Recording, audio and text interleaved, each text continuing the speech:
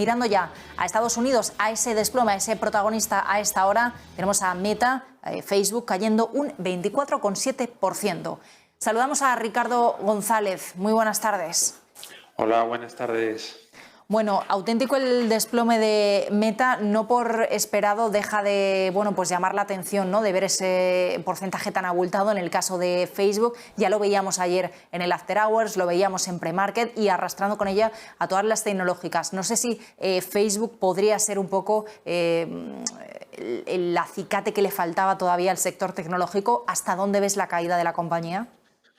Bueno, lo cierto es que Facebook lleva bastante tiempo perdiendo sesgo alcista. Hay que tener en cuenta que el sector software se ha debilitado mucho durante las últimas semanas. Fue un sector que lideró las alzas en el ciclo alcista estadounidense durante los últimos años, pero que recientemente ha perdido sesgo alcista, el sector y también el valor. Y obviamente en este entorno bajista, lo más probable es que tienda a dar más disgustos que alegres a sus accionistas y, sobre todo, es importante, ¿no?, tener en cuenta que cuando hay esta volatilidad también hay muchos inversores que tienen los stop puestos, pero al abrir con un gap importante en la cotización, pues las pérdidas son superiores incluso a esos stocks que han situado. El sector software no atraviesa ahora mismo su mejor momento y mientras esta situación persiste, lo mejor es evitarlo.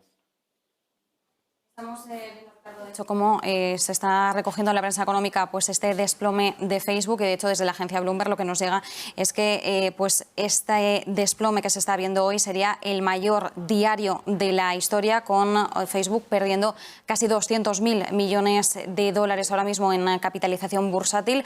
Una barbaridad lo que estamos viendo hoy en las pérdidas de los títulos de la compañía, pero sin ensombrecer demasiado a Facebook, también tenemos las fuertes caídas de Spotify. Ahora mismo ya está recortando más de un 16%. Son los otros títulos que también observábamos en Premarket por esos fuertes movimientos a la baja, y realmente va un poco en línea con lo mismo que penalizaba hoy a Facebook, y son esas proyecciones de cara a ganancia de suscriptores, lo que está también arrastrando hoy los títulos de Spotify. ¿Cómo estás viendo precisamente ese margen de crecimiento que ahora se está desacelerando en este tipo de compañías? Pues que las expectativas estaban elevadísimas, ¿no?, en todo lo que es en las compañías tecnológicas, y por ejemplo Spotify, que está englobada dentro del sector de medios de comunicación, porque también sus ingresos vienen en gran medida de la publicidad, ¿no?, que existe además de las suscripciones. Su tendencia también es bajista. Es un aspecto muy similar al que tenemos de Facebook. Ahora mismo las cuentas están sorprendiendo, ¿no?, de forma negativa al mercado, pero es que la cotización ya venía siendo un auténtico drama durante los últimos meses. Pensemos que, sin ir más lejos, hace un año, en enero o febrero del año 2021, teníamos a Spotify cotizando en la zona de los casi $400, y a día de hoy lo tenemos en la zona de los $200 o incluso por debajo de los $200. Es una caída de más del 50% que pone de manifiesto que la tendencia en este valor, en Spotify, ahora mismo es bajista. Y eso, que el año pasado fue extraordinario para la renta variable. Si hubiera sido negativo, pues podría estar muchísimo peor. Así que cuidado, ¿no?, con este tipo de valores débiles, este tipo de valores bajistas, porque tienden a dar muchos más disgustos, y lo estamos viendo en los resultados, que alegrías. ¿Cómo estás viendo, Ricardo, también ese impacto de esas otras noticias que mencionábamos que son hoy protagonistas? Los movimientos de los bancos centrales. Banco de Inglaterra, subida de tipos 0,5 al 0,5%. El Banco Central Europeo, que dice que no ve ficha ahora, pero reconoce ya un cambio de tendencia respecto a la inflación. Un movimiento que sobre todo está impactando en los bonos y en el eurodólar. Bueno, al final los bancos centrales se han dado cuenta, ¿no?, de que la inflación es un verdadero problema.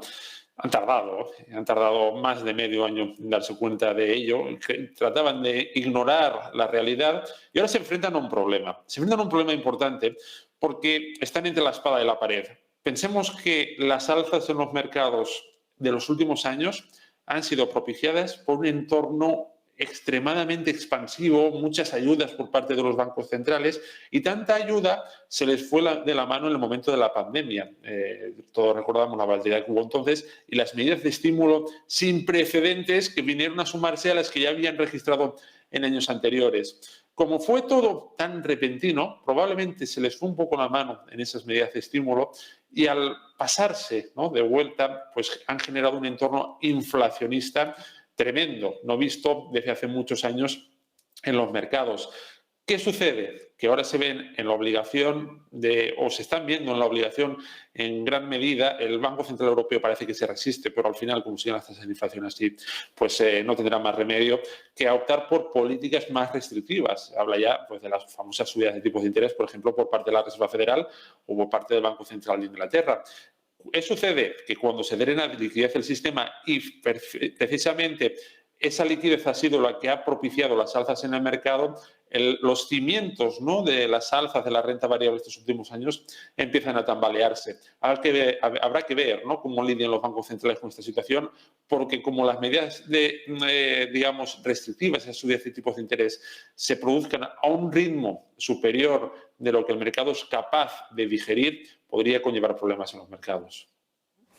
Por tanto, Ricardo, incidiendo un poquito más en esa respuesta, ¿de qué forma podría afectar a la renta variable pues esas alzas de tipos de interés, como decías, ¿no?, en la Reserva Federal, aunque todavía no se ha iniciado ese proceso alcista de tipos? Sí que Jerome Powell la semana pasada apuntaba a marzo como una reunión clave en la que ya se podría dar definitivamente ese anuncio. Christine Lagarde sigue echando balones fuera y el Banco de Inglaterra pues sigue aumentando, en este caso, pues 50 puntos básicos los tipos. ¿De qué forma podríamos ver esto reflejado en las bolsas?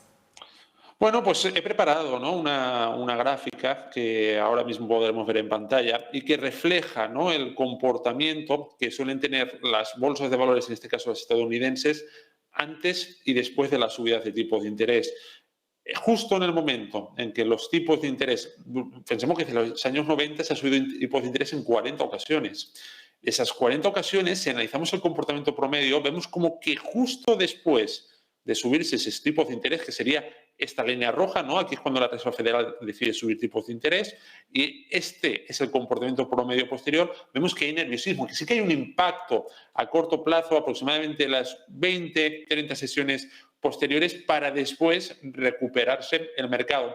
Esto es así porque en las subidas de tipos de interés que hemos tenido históricamente, pues han ido en línea, ¿no?, con lo que descontaba el mercado, con lo que se esperaba, y con unas políticas restrictivas dentro de entornos expansivos.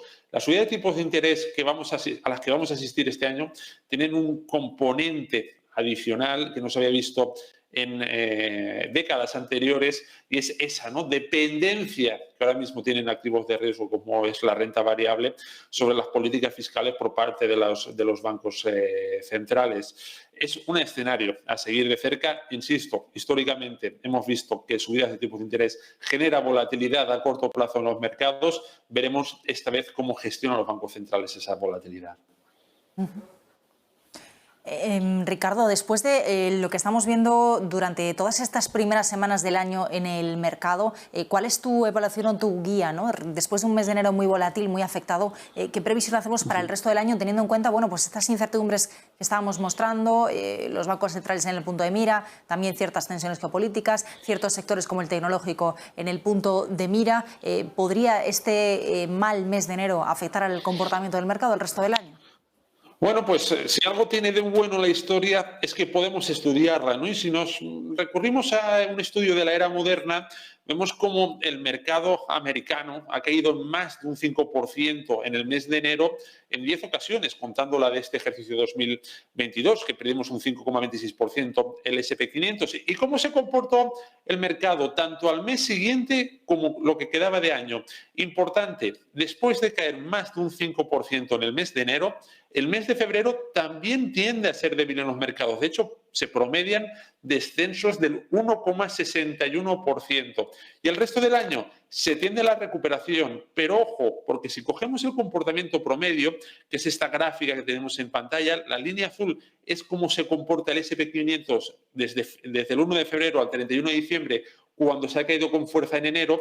Fijémonos cómo desde la segunda quincena de febrero y las primeras jornadas de marzo todavía suelen ser débiles. Esta línea negra es el comportamiento de todos los años, el promedio de todos los años desde 1950. Los veranos suelen ser favorables, pero luego a final de año vuelve a haber debilidad.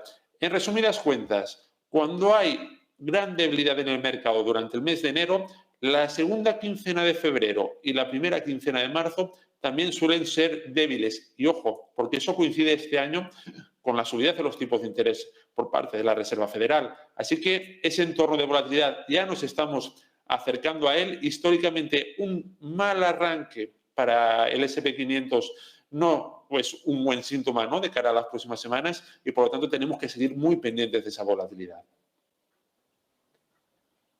Ricardo, como siempre, muchísimas gracias por acompañarnos. Vamos a ver cómo sigue esta sangría de momento en Wall Street con Facebook y con el Nasdaq. Muy buenas tardes.